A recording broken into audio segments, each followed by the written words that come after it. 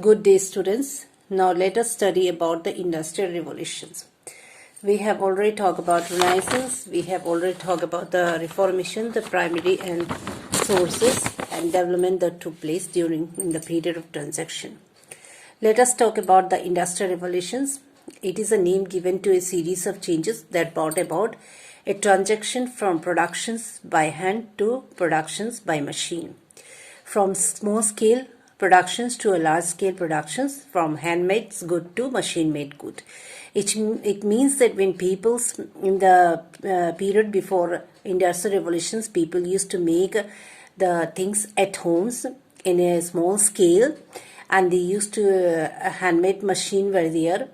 And after industrial revolutions, they start moving to factory. Big machine were made and things were produced in a large quantity.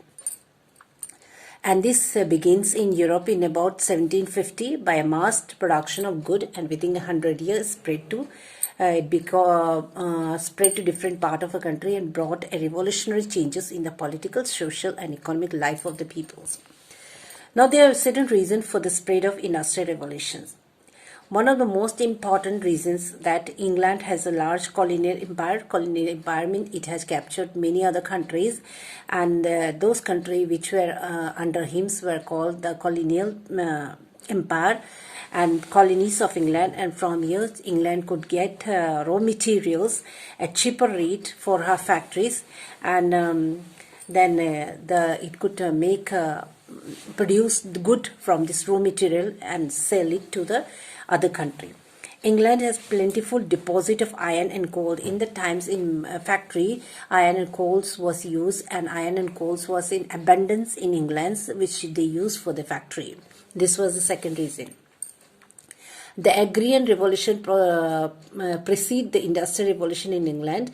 A large number of peasants were free to work in the cities, because when the machines were there and the peasant has to sell their land, and the raw material was already being collected from thence, they start leaving their farms and moving to the factories to get worker. So the agrarian revolutions was there, and many workers were available in England to be employed in the factories. In the second half of the 18th century, transport system also started in England, was educated, and now this good could be shifted to different part of the country. And steam engine was invented and used to run the locomotives in 1830. 1840, John Stephenson designed his first locomotive engines. And religious war and intolerance conditions dropped thousands of people from Spain and France to England, and the people brought with them wealth, goods, and craftsmen were there. Mechanical skills and spirit of enterprises were there. So they start working in the factory, and there was a lot of production from the factory, which really brought a great change in the country. Major inventions were also made. The flying shuttles were discovered, spinning jenny, water frames, and spinning mules was there. Automatic looms were there, which were invented. Cotton ginny was there. Sewing machine was there. Production of seals and steam engines were produced, which helped in the bringing a revolutionary change in the industrial revolutions, because inventions were made. Now good could be transferred from one part of the country to another parts, and the machine could help in producing a large quantity of the productions. Telegraph and telephones were also erected in different parts of the country, which they were widely used, introduced in 1845, and an oversea cable was set by the Atlantic Ocean in 1866. And Alexander Graham Bell invented the telephone in 1876. At the same time, the industrial revolution has a great impact on the domestic system of production, so replaced by the factory systems. Now the people stopped working at homes, and they could move to the factory, and where they could get the money, salary, and they work in the factory as a worker. Defective inventions brought about various changes in the field of productions, and brought about revolutionary changes for the better of the people. Industrial revolution led to the establishment of many towns and cities also. The Industrial Revolutions gave rise to capitalisms, and now the owners of were the person who could own their factories, and their fabulous wealth was increased. Immense power and prestige of the peoples was increased, and create a class of worker living in poverty, depending entirely on the capitalist employer for their bread. So a working class was emerged out, which largely depends upon the factory peoples who run the factories so for their money. Industrial capitalist monopolized political power also. Economic power has been utilized to political power, which in turn brought about economic benefits. Exploitation of workers also took place in the factories. They were made to work for many hours of times, and especially children and women were employed because they could be given less money for their work, and they could be bought at cheaper rate also.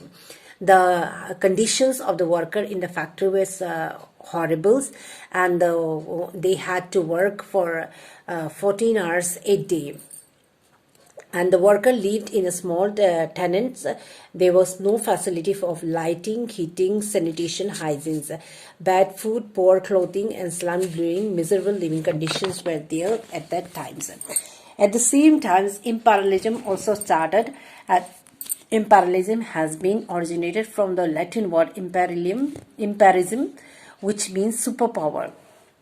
Imperialism referred to the system by which a powerful nation established control over other nations, either by political or pressure or annexations, or by outright war. Like we were also under the control of the British government for more than 200 years.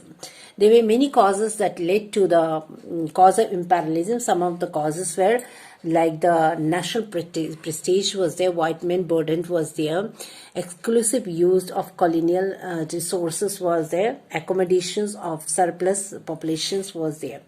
Colonies were need to accommodate surplus populations. European government regard that the power and prestige of a nation depends on the area of its overseas possession. So they start capturing different country and bought this country under their own controls. In this way, they could get the raw materials, with the help of which they could produce large quantity of materials, and so used to sell this material into the country at higher price also. Impact of imperialisms, there were positive and negative effect. In the positive effects, they established many new industries were established, new technology was introduced, and it paved the way for modernization. In the negative effects, breaking up the age-long patterns of agrarian economy, agriculture's society was totally destroyed, and it ruined the traditional handicraft and cottage industries of the colonies and rendered many people jobless. Many people went out of job, and they made land revenue policy also. They could collect revenue from the land which was under their control. That they consider themselves to be superior and cultural more advanced than the people of the colonies. So this is about the positive effect and negative effect of imperialisms, and this is about the lessons. Read the lessons once or twice so that you can understand it, and in this video I am going to give you question answer. Write them in your copy. Thank you.